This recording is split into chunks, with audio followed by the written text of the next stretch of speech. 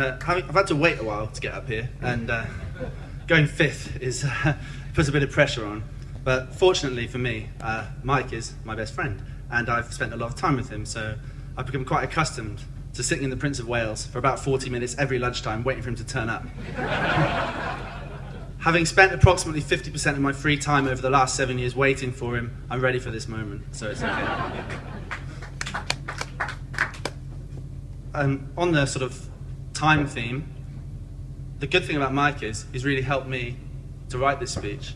You can imagine my joy on Tuesday when I opened the newspaper to see the headline, "Man pleads guilty to parking over time." I read on. Michael Carpenter of Munro House pleaded guilty in court today for parking over time in a reserved space. He has previous convictions. Michael, this is your opportunity to come clean about those previous convictions before I do. Let's just say that not that many people know about it, including his mum and dad, but it involved me and Tim driving around a lot for about 12 months.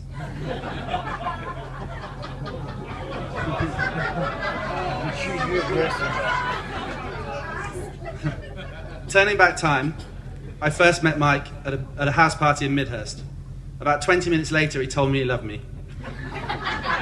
Unfortunately for Jennifer, it was not the first time and won't be the last time that he was a little bit premature.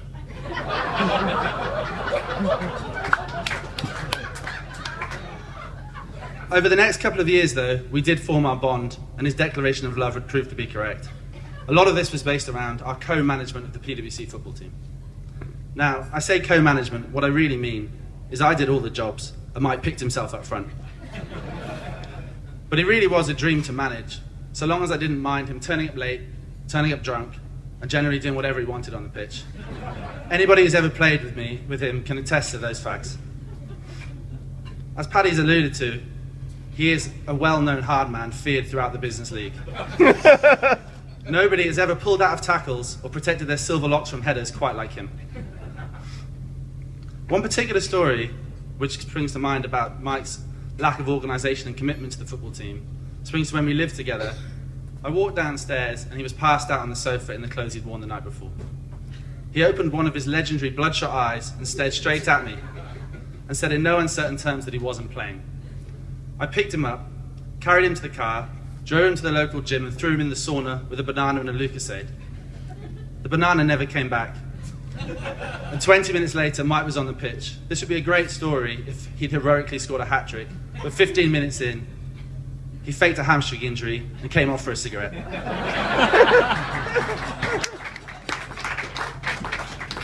I would just quickly mention that part of his charm on a football pitch is his unique two-footed ability. I'm not sure there's ever been anybody to put as many corners into the side netting, left-footed or right-footed, as Mike. And you'll be pleased to know that his sporting ability actually extends beyond football and goes to golf as well. A couple of years ago, PwC Guernsey golf team selected him as their member who they would give to the Jersey team when Jersey turned up a man short.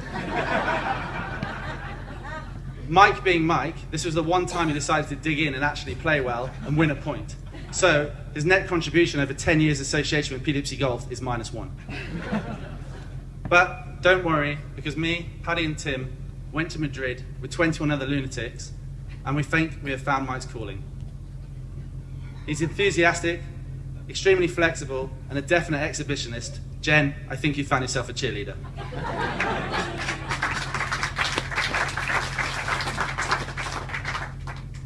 Now, I have had the opportunity, as I alluded to live with Mike for a while, and this has given me some insight into what Jen has to go through. It's not easy. I remember one occasion when Roger came round for a beer, and he came downstairs to the living room in Hopeville and said, "Paul, I think you've been robbed." I ran upstairs to see that actually, for Mike, it was relatively tidy. Merely the contents of his life were strewn across the bedroom floor. So I thought to myself, now, 4 years later, he's lived with Jen, she's surely sorted him out. But last summer, we went over for a barbecue, and I went for a wee. On the top of the toilet was a note that simply read, "Mikey Pops, no skids, no pubes. Love, Jennifer."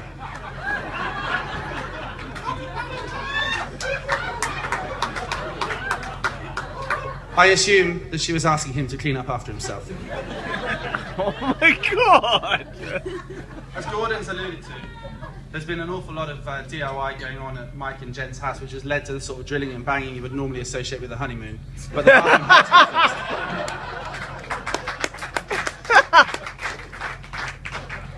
fixed. So, anyway, as you've heard from now, it's been confirmed, Chippy is in fact, without question, a complete muppet. But that is only really half the story. It's my job to say the sentimental stuff, so sorry I'm not as funny as everybody else. But since 2007, he's been my best friend, and I'm pretty sure there's an awful lot of lads in the room who feel the same way. He may always be late, but it's worth it when he gets there. He is terrible at football, but every single person would pick him in the team just for the post-game beers. And he's a terrible housemate, but God, you have some fun living with the guy. I've never known anybody to be so liked by so many people, and it's truly an honour that he's asked me, Paddy and Chinese, to stand up here as his best men today. I'm sure there are many equally qualified candidates. Mike, you're marrying a brilliant girl today, and Jennifer, it really cannot be said enough times how incredible you look today. Yeah.